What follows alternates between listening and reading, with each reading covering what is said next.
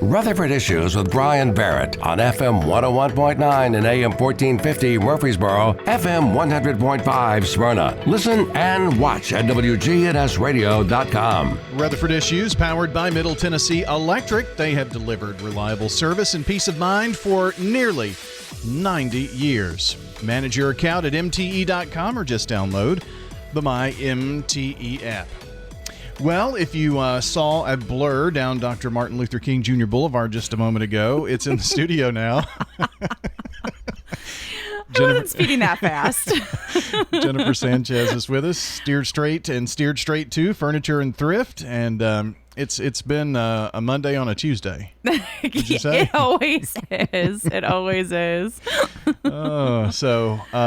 We were just talking about a lot of things. I mean, there have been a lot of things happen. I know folks are familiar with the story since we put it on our website. So about the hacking, which took over $30,000, and man, that's so sad because of the work that's really been going rapid pace, especially with the Women and Children's Facility. Absolutely, yeah.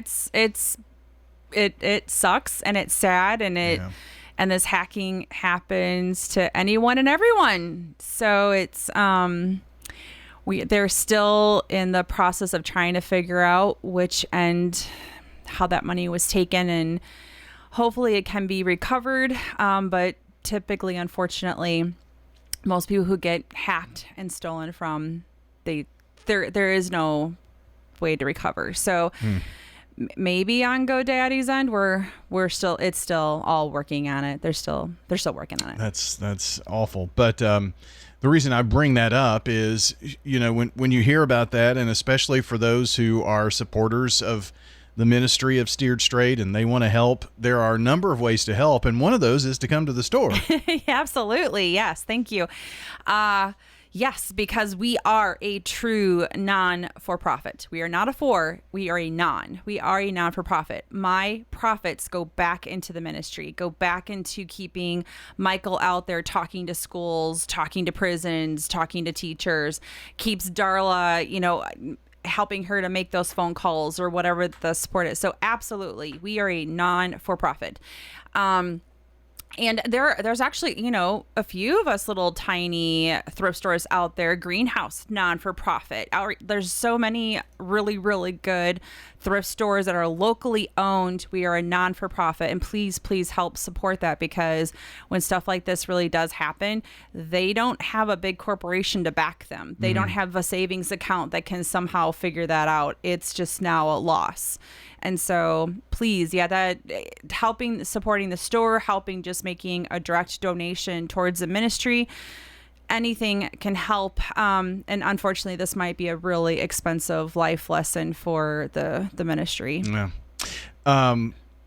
You mentioned in Greenhouse and yourself, and there are other thrift stores that are in town, but there is a difference. That's kind of what you were pointing to. There Absolutely. is a difference in that. And there are for-profit. So the difference is for-profit, there is somebody at the top, some big fat CEO that's making money off of donations. I'm trying to still wrap my brain around that one. And so, yes, absolutely. I mean, I understand, people who they want to just shop every thrift store. I completely get that. I've shopped a couple of for-profit thrift stores also, but I want to find out what their ministry is. What are they backing? So, find out that information. Ask those questions like, okay, you're a for-profit. What do you give to? So then how do you help our community? Is it really just some guy getting fat off of our used clothes, used donations? Absolutely. So there is that. Yeah. And it's hard. It is hard. And there's actually another for-profit thrift store that I've heard is coming into the borough. So please pay attention to who you're shopping for and where you want to help out, because we are a mom and pop store. There is no corporation that backs us. We're it. It's Michael and Darla. Yeah. Those are the direct bosses. They're the direct owners. That is it. And it's me. Then I'm the manager of the store. Like there's no more steps. There's no more peoples. There's no more bigger ups. It's just us, and we're just regular people just trying to do our best with the ministry that they've been given. And I'm just trying to do my best with running a store that I've never been a manager before. I've never run a store before. I did get my feet wet when I worked at Greenhouse, and I was their warehouse manager once upon a time. So I have an idea, but everything is new. So I completely believe in it takes a village, because I will take my employees' thoughts, their ideas. Like, I ask questions, and how can I do this better? How can I make this easier for you? What can I do better in this direction? I ask my customers, what do you like? What do you don't like? I mean, absolutely. I want the help. Absolutely. Yeah. And the ministry we've alluded to, Steered Straight, and I always try to give you an opportunity to explain, because daily people will find the radio station and the website and hear about all these great things, and they're very new to the community, and they may not know the work of Steered Straight, which is really nationwide. It is nationwide. I mean, he hits almost 700 schools every year, which is incredible, mind-blowing. I mean, that man will be gone for weeks on end, just going from one school to another school to another school. So he talks through all grades, from grade school through high school. And of course, I was a little bit tailored for younger kids, and then a little bit more direct for high schoolers. Absolutely. Teachers, parents, he'll talk to anybody who'll listen. He is talking to them about drugs, alcohol, vaping, addiction, bullying. He is going after everything. And again, he will lighten it up for younger ears, obviously, but he won't sugarcoat everything. He wants people to know the truth. The world is not sugarcoating nothing. I mean, the smoking cigarette industry made vaping because their numbers were plummeting in the 90s. And they were trying to figure out a way how to get their smoking back up again. They came up with vaping.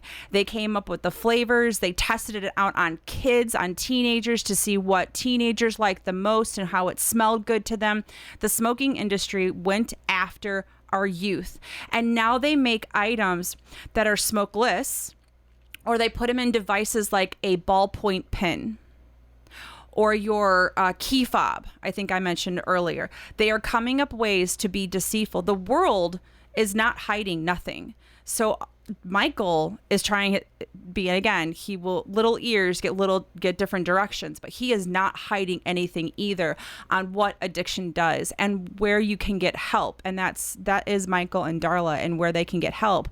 If the world doesn't give a rip about us and our youth, we do. We have to. Yeah. We have to stand up and say something. Well, and I would think that if we're beginning to hide these things in ballpoint pens and everyday items, that parents and teachers need to know what to look for too. Absolutely. And it's and that's the other thing too, is these stores are not supposed to sell to minors, but they do. There's no buckling down on this. The government needs to absolutely do more. They'll do a little 2020 piece every once in a while, fentanyl, killing our kids, but they really are not pushing the envelope and making it harder for people to go. There's a CBD or whatever. Those stores are on every stinking corner. Yeah. You could throw a stone. It used to be able to say you could throw a stone and hit a church. Here it's you can throw a stone and you can hit one of those stores that sells vaping, and there's so many of them out there that they don't care that you're a minor coming in. And there's one that has a logo that looks like the Toys R Us, which one I'm speaking of here in town. So. Saw that too. Yeah. And they're nice and bright and inviting and colorful. They're the brightest thing. You're going home at 10 o'clock at night and you see this beacon of light and you're like, what is that? It's one of those stores. Yeah. It's the brightest thing out there. It's ridiculous. So the thrift store keeps the ministry going and keeps Michael out talking to our youth here in not only our community and our state, but across the region and the country, honestly. And the store, I guess, Jennifer, we're summertime's here, so are we all summertime? We are summer. We are absolutely summer. Everyone's so great. While someone would be like, "Where's your jackets?" I'm like, "It's 85." Unfortunately, my store is not big enough to have every piece of clothing out there, so we do go with our season. So right now, it's the tank tops, it's the swimsuits, it's the shorts, it's the t-shirts. So yes, right now that's what we got going on in our store. So it is very, very summer. I think our theme right now up front is vacation. Oh, yeah. So very like luau shirts and just fun stuff like that. So it's vacation theme up front. So that's kind of fun.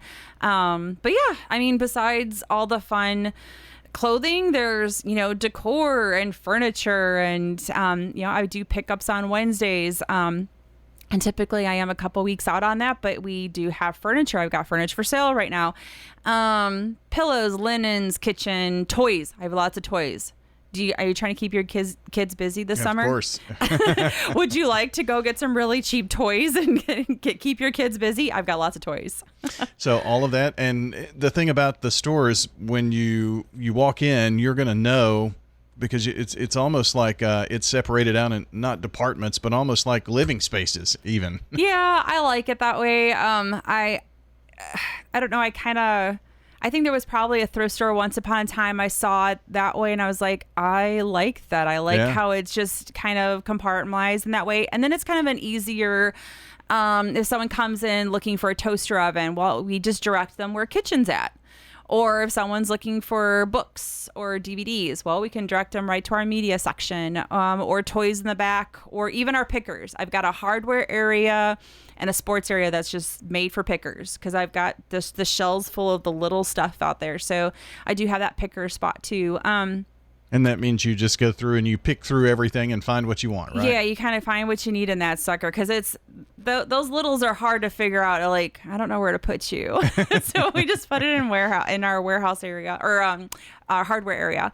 So, but yeah, and I do have a boutique for the fun bougier stuff that walks in, and of course a vintage area for those older eclectic items that you're like, ooh, this is super cool. This needs to get displayed. And so I just think displaying helps, and kind of making a shelf that might look like something in your house. Rearranging always helps. It keeps our store clean. So we get a lot of our cleaning done when we rearrange. So yeah, I like it. I like how it looks like rooms. So, and remember, as we've kind of reiterated throughout the interview here, that when you spend $10 at Steered Straight to Furniture and Thrift, that goes into the ministry and keeps things going there. Where can we find Steered Straight to Furniture and Thrift? Absolutely. So it's 1007 Dr. Martin Luther King Jr. Boulevard. We're just in a little shopping plaza, and across the street used to be like the Bargain Hut and the Roses and Dirt Cheap.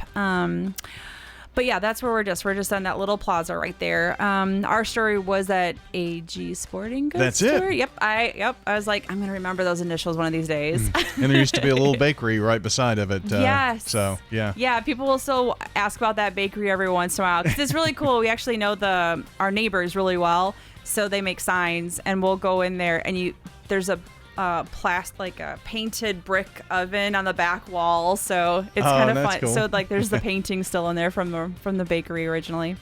Jennifer Sanchez joining us today from Steered Straight to Furniture and Thrift.